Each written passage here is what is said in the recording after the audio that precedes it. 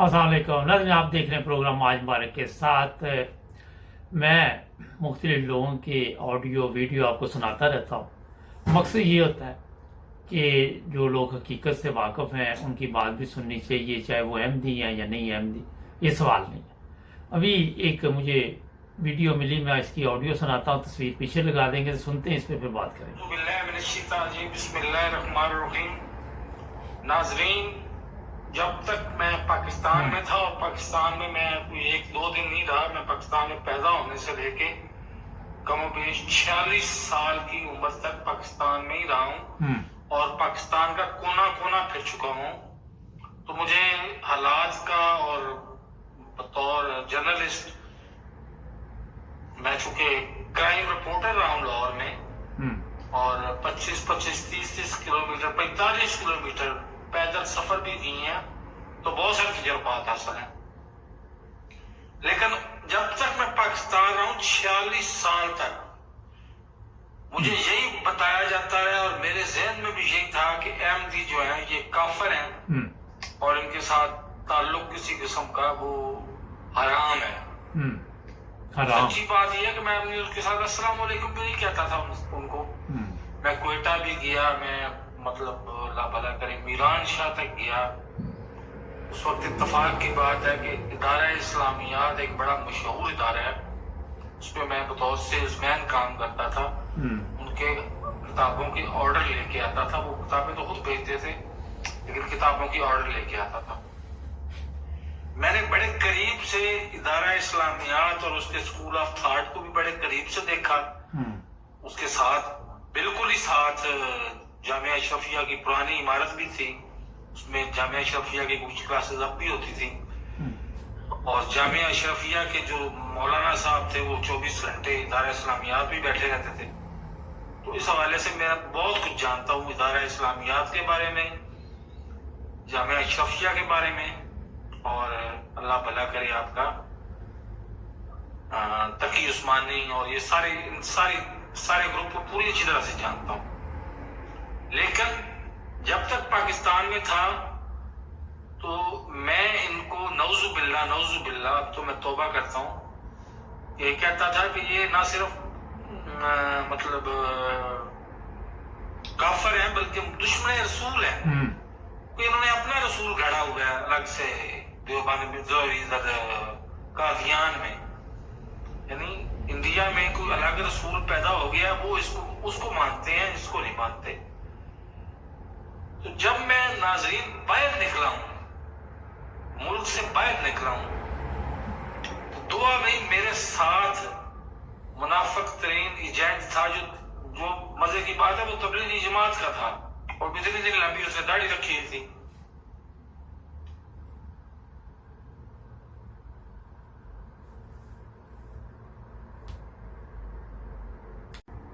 जी नाज़रीन, आपने अभी ये ऑडियो सुनी।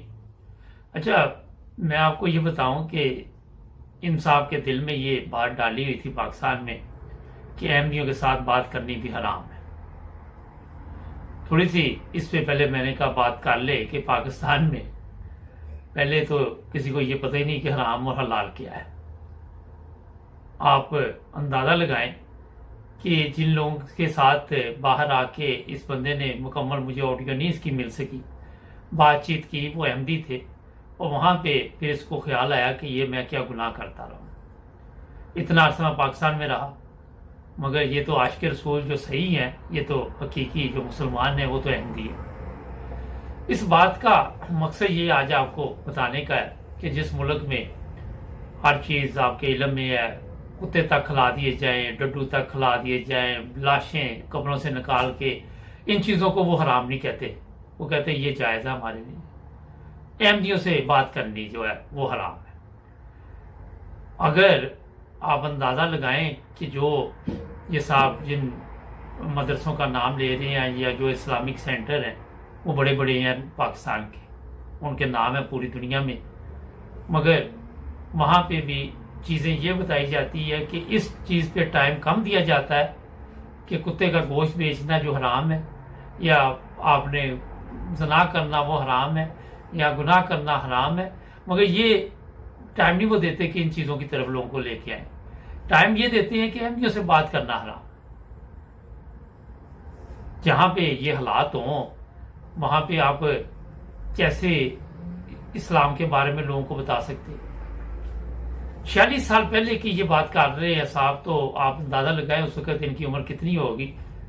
लोगों को जैसे ही होश संभालते हैं बच्चे, उनको यही बताया जाता है कि जो अहमदी है वो ऐसे किया, मगर जब ये हकीकत से पर्दा उठता है, अपनी आंखों से देखते हैं, बाहर के ममालिक में आते हैं, वहाँ तबलीगी ये जो है वो लोगों को देखते हैं कि इस्लाम की तबलीग सिर्फ अहमदी कर रहे हैं, दूसरे किसी के पास टाइम नहीं, दूसरे सिर्फ अपने लिए कर रहे हैं कि पैसे कैसे बनाए जाते हैं। आप खुद अंदाजा लगाएं कि कितनी कुर्बानी इस्लाम के लिए अहमदी कर रहे हैं, क्योंकि हकीकी मुसलमान है और होना भी चाहिए, जिसको अपने मजहब की अहमियत का पता है, जिसको ये पता है कि ये सीधा रास्ता है, वो रात दिन मेहनत भी करेगा। परसों मैं जर्मनी फ़ोन किया, मेरे एक अजीज़ है, मैंने कहा कहाँ कोई बात करनी, कहते मैं ये लिफलेट ये लोगों के घरों में इश्तिहार डाल रहा हूँ जो जमात की तरफ से, और मेरा ख्याल वो सारा दिन ये काम करते रहे, पूरे जो ड्यूटी लगी थी हल्के की। अब अगर 10 या 20 या 30 बंदे ये लोगों के घरों में इस्लाम का पैगाम पहुंचा रहे हैं तो वो कुर्बानी कर रहे हैं। आपका क्या ख्याल है कि यहाँ पे यूरोप के लोग समझते हैं कि टाइम निकालना कितना मुश्किल है, और हर बंदा जो दीन से दूर है उसके ज़हन में सिर्फ यही लालच है कि मेरा एक एक मिनट जो है वो कीमती है, मैं उससे पैसे बना लूँ। और जो आज का यूरोप के हालात है, मैं सही बताऊं, यहाँ बंदे मिलते ही नहीं काम वाले, और सब काम में अपने में लगे हुए। ये अल्लाह ताला का अहमदियों पे फजल है कि वो टाइम निकाल के जो हकीकी इस्लाम है उसका पैगाम भी लोगों तक घर घर जाके देते हैं, और उनको जिसने दिलचस्पी लेनी हो। देखिए, जब तक आप किसी को बताएंगे नहीं इस्लाम क्या है, उसको कैसे पता चलेगा। मगर जो इस्लाम इन मौलवियों ने पेश किया उससे भी काफ़ी मुश्किल पैदा हो रही है। वो इसलिए कि मुश्किल ये पैदा हो रही कि इनके जो गलत काम है उनके सवालात भी अहमदियों को देने पड़ते हैं। जब ये लोग जो गोरे हैं या जो भी गैर मुल्की यहाँ रहते हैं वो देखते हैं कि हकीकी इस्लाम क्या है, फिर उनके दिल में सवालात भी उठते हैं। फिर वो आपकी सोशल मीडिया पे ये गंदी वीडियो ले आते हैं कि ये देखें ये इस्लाम है, ये लोगों के घरों को जलाया जा रहा है, गाड़ियां लूट मार, फिर उनको बताया जाता है जनाब ये गुमराह हो चुके हैं लोग। आप इससे अंदाजा लगा सकते हैं कि जो पाकिस्तान में रहते हैं लोग और जब वो बाहर निकलते हैं कितना उनकी जिंदगी में फर्क पड़ता है। मगर उनको ही पड़ता है जो समझना चाहे, हर बंदे की जिंदगी में फर्क नहीं पड़ता।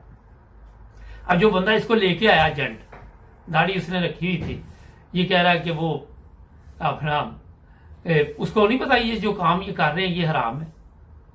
आप यहां से अंदाजा लगा लें। हर चीज में बेईमानी, फ्रॉड, हर चीज में ऐसी चीजें डाल दी गई है कि वो सब जायज कर दी गई है, मगर अहमदियों का जनाब सलाम लेना आपके लिए जी जायज नहीं है। पिछले दिनों एक बंदे ने हाजी के चक्कर में पता नहीं पेशावर था, कितना पैसा बटोरा और लोगों से, और कितना कहता मुझे ख्वाब आई। ऐसे ऐसे झूठ बोलते हैं और पुलिस के सामने बोलते हैं कि मैं सोच भी नहीं सकता कि शर्म भी नहीं आती। जो लोग पाकिस्तान में रहते हैं उनको चाहिए आज सोशल मीडिया पे जाए, वहां देखिए कि हकीकत क्या है। वहां भी आपको पता चल जाएगा कि क्या वाकई ये लोग जो अहमदी हैं ये वाकई मुसलमान हैं। फिर आप सोचेंगे कि यार हकीकी मुसलमान तो यही है। और कई वाकयात आपके सामने आते हैं, कई हादसा आते हैं, लेकिन समझने के लिए अकल चाहिए। अगर आप गौर करें तो आज पीछे चले जाए थोड़ा सा, अभी मैं एक ऑडियो और भी सुनाने की कोशिश करूंगा, भुट्टो से ले लेते हैं। वहां से आप अगर शुरू हो जाए, जिसने भी अहमदियों के साथ कोई ऐसा काम किया, जुल्म की या ज्यादती की या कोई ऐसे कवानीन बनाए, उनका अंजाम तो देखे, उनकी नस्लों का अंजाम देखे क्या हुआ। आज पाकिस्तान के अलावा और भी हमसाया ममालिक एक दो की हमारे पास न्यूज है कि वहां भी अहमदियों के साथ अच्छा सलूक नहीं किया जा रहा, और वो ममालिक है जहां अरसा दराज से खून की होली खेली जाती है और मजहब के नाम पे खेली गई। वहां पे आज तक हालात ठीक नहीं हुए और आइंदा पता नहीं होने के नहीं होने। मिन्नतें कर रहे हैं वो, तमाम दुनिया के ममालिक से भीख मांग रहे हैं کہ ہماری مدد کی جائے. بھوک وہاں پہ ہر طرف. پاکستان جیسا ملک وہاں امداد کر رہا ہے. پاکستان جہاں اپنے حالات ٹھیک نہیں وہ مدد کر رہا وہاں پہ. پاکستان کی پوری دنیا مدد کر رہی ہے. اور لوگوں کے ٹکڑوں پہ پلنا اور باتیں کرنی اسلام کی. پہلے تو اسلام نے سب سے بڑی چیز تو یہ بتائی ہے کہ کسی کے آگے ہاتھ نہ پھیلاؤ. اب دیکھو کتنے لوگ آپ میں جو ہاتھ پھیلاتے ہیں اور پھر حقدار کا بھی حق مار جاتے ہیں. حکومتی طور پہ بھی انفرادی طور پہ بھی یہی کام ہو رہا ہے, یعنی کہ ایک طرف ہو رہا ہے. تو ناظرین یہ چیزیں میں اس لیے آپ کو بتاتا ہوں کہ سب سے پہلے جو حقیقت ہے اس کی طرف آئیں. مولویوں کے کہنے پہ ایک دم یہ مائنڈ اپنا بنانا لیں کہ جناب یہ احمدیوں کے ساتھ, اور جو احمدیوں کے ساتھ بیٹھتے اٹھتے ہیں ان کو سمجھ آ جاتی ہے, ان کو شعور آ جاتا ہے, ان کو عقل آ جاتی ہے. اگر آپ میری بات کا یقین نہیں کرتے تو میں نے کئی پروگرام لوگوں کے ساتھ کیے ہیں جو احمدی نہیں ہے. یہ چیزیں میں آپ کو بتا رہا ہوں کہ آپ کو تعلق واسطہ رکھنا چاہیے مگر نیت صاف کر کے, یہ نہیں کہ ان کو نقصان پہنچانے کے لیے. ناظرین ایک بریک کا کہا جائے, بریک کے بعد کچھ اور بھی ایک آڈیو سنانی ہے, دیکھتے ہیں یہ کیا ہے. جڑے رہنا ہے ٹی وی انٹرنیشنل کے ساتھ, ہمارے چینل کو بھی سبسکرائب کریں. قدر خوف تھا پاک فوج کی قیادت سے کہ اس نے چن کر 5 ٹاپ جنرلز ان کو فارغ کر دیا کہ میں ان کو آرمی چیف نہیں لگاتا, اور ایک ایسے جنرل کو جو بالکل گمنام تھا پوری آرمی میں اس کو آرمی چیف لگایا, جنرل ضیاء الحق. سنیں اور پھر اللہ کا کرنا کیا ہوا, جو اللہ کی تقدیر ہے وہ ہو کر رہتی یہ ہے. ہم کی نہیں. جتنی مرضی احتیاط بھٹو نے کر لی, اللہ کی پکڑ اور انتقام ایسا آیا کہ پھر اسی جنرل ضیاء الحق کے دور میں مارشل لاء لگا, بھٹو کے خلاف ایک تحریک چلی, مارشل لاء لگا, اور وہ تمام لاکھوں قتل جو بھٹو نے کیے تھے اس کے بدلے ایک قتل صرف اس کی جان کو آ گیا. احمد رضا قصوری جو ہمارے وکیل ہیں پنڈی اسلام آباد میں, ان کے والد کے قتل میں بھٹو گرفتار ہوتا ہے, براہ راست اس پر مقدمہ چلتا ہے, سزائے موت ہوتی ہے, اور وہ انہی جنرل ضیاء الحق کے ہاتھوں پھانسی لٹکا دیا جاتا ہے. مگر اس کے خاندان کی لعنت ابھی یہاں ختم نہیں ہوئی. سنیں اللہ نے ان کی نسلیں خراب کرنی. اس وقت دنیا میں صرف ایک ذوالفقار علی بھٹو زندہ ہے, وہ بڑے بیٹے جو اس کا بڑا بیٹا ہے مرتضیٰ بھٹو, اس کا بیٹا ہے ذوالفقار علی بھٹو. لندن اور یورپ کی گلیوں میں عورت بن کر ناشتہ کرتا ہے پیسہ کمانے کے لیے. وہ ٹرانسجینڈر ہے, ہم جنس پرست ہے, وہ مرد نہیں ہے, انسان نہیں ہے, وہ ایک عبرت کا نشان ہے. اور وہ بڑے فخر سے کہتا ہے کہ میرا نام ذوالفقار علی بھٹو ہے, میں ذوالفقار علی بھٹو کا پوتا ہوں. اللہ نے ایسی عبرت, ایسی لعنت ڈالی اس خاندان کے اوپر کہ جو اصل ذوالفقار علی بھٹو ہے, جو اس کا اصل وارث ہے, لندن اور یورپ کی گلیوں میں ایک کنجر کی طرح ناشتہ کرتا ہے, بےہودہ لباس پہن کے, فحش لباس پہن کے, اور نائٹ کلبس میں نوکری کرتا ہے. اور یہ جو بھٹو کے نام پر جو ایک چیز اس وقت پاکستان پہ مسلط ہے, یہ زرداری کا بیٹا. اس کے بارے میں کیسے کیسے فحش الزامات ہیں, لوگوں نے کھل کے باتیں کہی ہیں, لیکن میں دہرانا نہیں چاہتا یہاں پر. لیکن وہ شخص مردانگی پہ, انسانیت پہ, اسلام پر ایک تہمت اور ایک دھبا اور ایک عذاب ہے. شخص بھی نہیں کہوں گا اس کو, میں پتہ نہیں کیا چیز ہے. اچھا یہ آڈیو آپ نے سنی. آج میں آپ کو یہ بتاؤں کہ جیسے کہ میں نے پہلے حصے میں یہ بھی بتایا کہ جو بھی احمدیوں کے ساتھ جس نے بھی ظلم کیا, زیادتی کی, اس کا انجام کیا. آپ کو علم ہوگا کہ بے نظیر جب قتل ہوئی تو آج تک یہی فیصلہ نہیں ہو سکا کہ قتل کسی نے کروایا. اور جو الزام لگ رہا ہے آج تک زرداری پہ لگ رہا ہے کہ زرداری نے بے نظیر کو قتل کروایا. اور جس طرح انصاف نے فرمایا کہ بھٹو کی نسل کا بیڑا گرک ہو گیا. پاکستان میں اگر آپ غور کریں تو صرف بھٹو کی نسل کا بیڑا گرک نہیں ہویا, میرا خیال ہے بے شمار لوگوں کی نسل کا بیڑا گرک ہو گیا. آپ ارد گرد جائزہ لے جس طرف یہ ملک کو لے کے گئے ہے. یہ غلطی بھٹو کی تھی, اپنی نسل تو اس نے برباد کی مگر جو پاکستان کی نسل تھی اس کو بھی برباد کر دیا. ان کو جو کہ بھٹو کو تو خود اسلام کا علم نہیں تھا, وہ کوئی مذہبی لیڈر نہیں تھا, نہ اس کو کوئی دلچسپی تھی. جس طرح وہ خود آپ کے علم میں کے تقریروں میں کہتا تھا, جو وہ باتیں کرتا تھا. بتانے کا مقصد یہ ہے کہ آج احمدی نہیں یہ تبصرہ کر رہے، آپ کے لوگ بھی یہ تبصرہ کر رہے ہیں کہ کس طرف ان کی نسل گئی ہے، کیا حالات ہوئے ان کے، کس طرح ان کی زندگی گزر رہی ہے۔ اور سب سے زیادہ جو زبردست چیز ہوتی ہے وہ عزت ہوتی ہے۔ ہر انسان کو اپنی عزت پیاری ہوتی ہے، مگر ان کی عزت کا بھی جنازہ نکل گیا۔ اب ان کو شرم بھی نہیں آتی، ان کو حیا بھی نہیں آتا، کیونکہ یہ سڑکوں پہ ناچے یا بلاول بھٹو جا کے جو تقریریں کرتا ہے، جو اس پہ الزامات لگتے ہیں، وہ یورپ سے پڑھ کے گیا ہوا ہے کہ جاہل وہاں پہ پھرتا ہے آپ کے سامنے، مگر قوم کو انہوں نے جاہل بنا دیا۔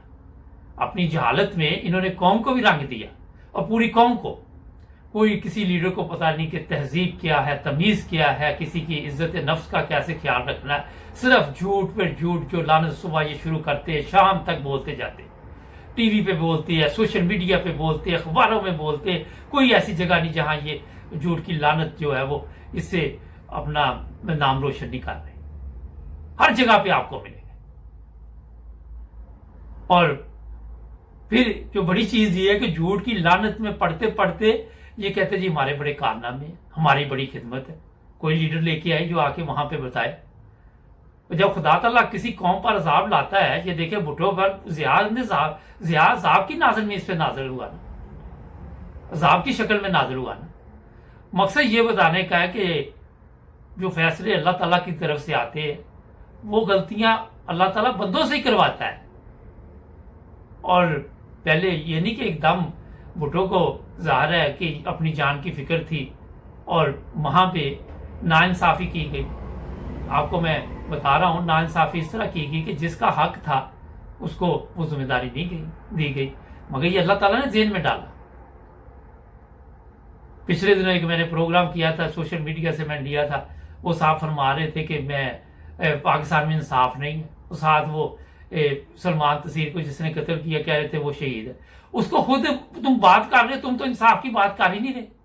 انصاف کے لیے جو لوگ بات کرتے وہ بھی انصاف کی نہیں کر سکتے، ایسے بدقسمت ہے۔ آپ یہاں سے اندازہ لگا لیں۔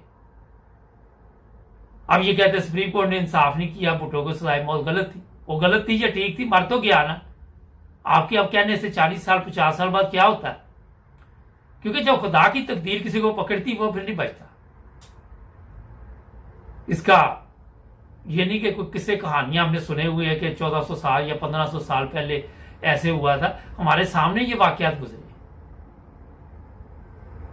اور یہ آپ کے سامنے بھٹو کے بعد جو ضیاء کا حشر ہوا، آج اس کی قبر پہ بھی کتے، اس کو پتہ ہی نہیں اس کی قبر میں ہے کیا، کسی کو یہ بھی نہیں پتا۔ دونوں کا انجام دیکھے کیسا ہوا، دونوں نے ظلم کیا۔